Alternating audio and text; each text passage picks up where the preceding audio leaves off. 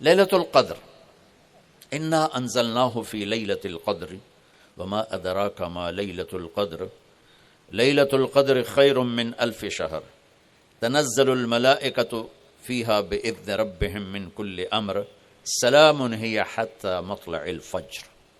ہم نے قرآن کو لیلۃ القدر میں اتارا، تمہیں کیا خبر کہ لیلۃ القدر کیا ہے؟ لیلۃ القدر بہتر ہے، اس میں فرشتے اترتے ہیں اور یہ صبح تک رہتی ہے۔ لفظ قدر عربی میں اس کا ایک مطلب ہے قیمت، سبحان اللہ۔ تو اللہ نے کہا میں تمہیں بتاؤں، آپ سب تاجر بیٹھے ہو، لیلۃ القدر کی قیمت کیا ہے؟ 1000 مہینوں سے بہتر ہے، 1000 مہینوں سے بہتر ہے۔ اب 1 روپے پر 1000 نفع لے سکتے ہیں؟ دنیا میں کوئی ایسا کاروبار ہے؟ جو ہیروئن بیچتے ہیں وہ بھی نہیں لے سکتے۔ اور میرا اللہ کہہ رہا ہے ایک رات 1000 مہینے، یعنی کوئی 82-83 سال۔ یہ تو آ گیا پہلا قدر۔ دوسرا اس کا مطلب ہے تنگ پڑ جانا، تنگ پڑ فقدر علیہ رزقہ۔ تو تنزل الملائکۃ فیہا، تنزل الملائکۃ والروح فیہا، کہ اس رات اتنے فرشتے اترتے ہیں کہ زمین تنگ پڑ جاتی ہے، سبحان اللہ، اتنے فرشتے آتے ہیں زمین تنگ پڑ جاتی ہے۔ تیسرا مطلب ہے قدر، مقدار کو، تو اللہ تعالیٰ نے اس کا آخری مطلب بھی بتایا، سلام ہی حتی مطلع الفجر، کہ یہ فجر کی نماز تک، فجر کی اذان تک یہ رہتی ہے۔ 3 مطلب ہیں قدر کے، تینوں اللہ نے قرآن میں کور کیے۔ قیمت کیا ہے؟ 1000 مہینوں سے بہتر۔ تنگی کیا ہے؟ فرشتوں سے زمین بھر جاتی ہے۔ مقدار کیا ہے؟ صبح صادق۔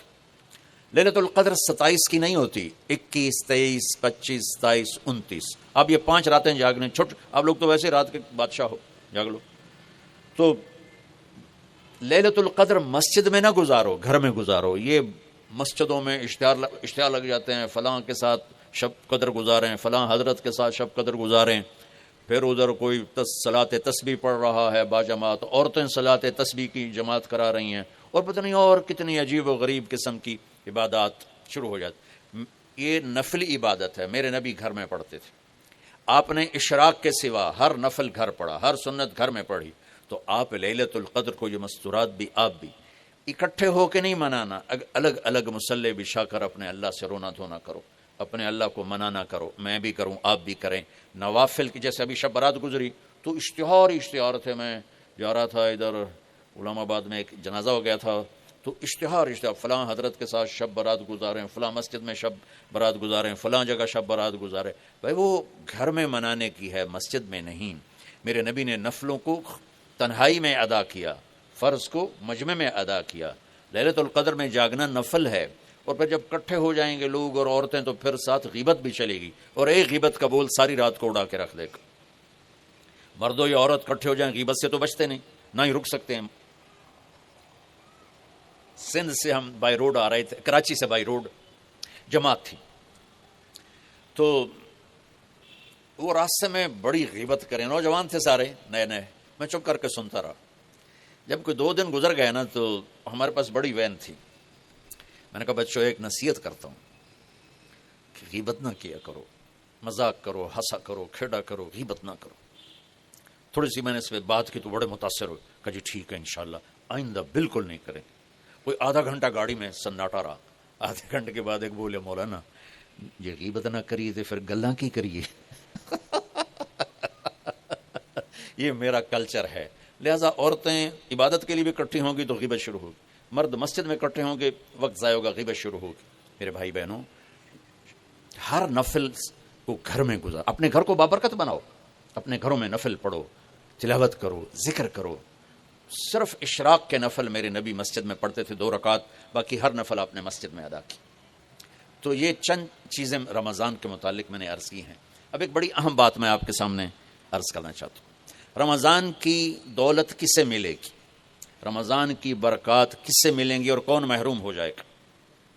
آپ نے فرمایا 4 آدمی ایسے ہیں جن کی رمضان اور شب قدر میں بھی بخشش نہیں ہوتی، بس اس سے ہم اپنے آپ کو بچا لیں۔ کون ہے یا رسول اللہ؟ آپ نے کہا مدمن خمرن، شراب کا عادی، کبھی کوئی پی لے توبہ کر لے، میں اس کی اجازت نہیں دے رہا ہوں، مدمن کا لفظ ہے جو روزانہ شراب پیتا ہے، اس کی رمضان میں بخشش نہیں۔ حق لوالدیہ، جو ماں باپ کا نافرمان ہے، اس کی بخشش نہیں۔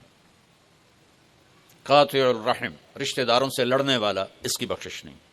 المشاحن، دل میں بغض رکھنے والا، اس کی بخشش نہیں۔ ہر وہ چیز جو میرے آپ کے لیے نقصان دہ اللہ نے حرام کر دی، ہر وہ چیز جو میرے آپ کے لیے مفید ہے اللہ نے حلال کر، سود حرام کر دیا۔ ہمارے پاکستان کی معیشت نہیں، پوری دنیا کی معیشت ڈوبی پڑی ہے، سارے ملک قرضوں پہ چل رہے ہیں، سود نے پوری دنیا کو تباہ کر دیا۔ تو میرے اللہ تعالیٰ نے، آپ دیکھتے ہیں میرا اللہ کہتا ہے فَأَذَنُوا بِحَرْبٍ مِّنَ اللَّهِ وَرَسُولِهِ، اگر سود نہیں چھوڑو گے تو میرے اور میرے رسول مل کر تمہارے خلاف جنگ کریں گے۔ تو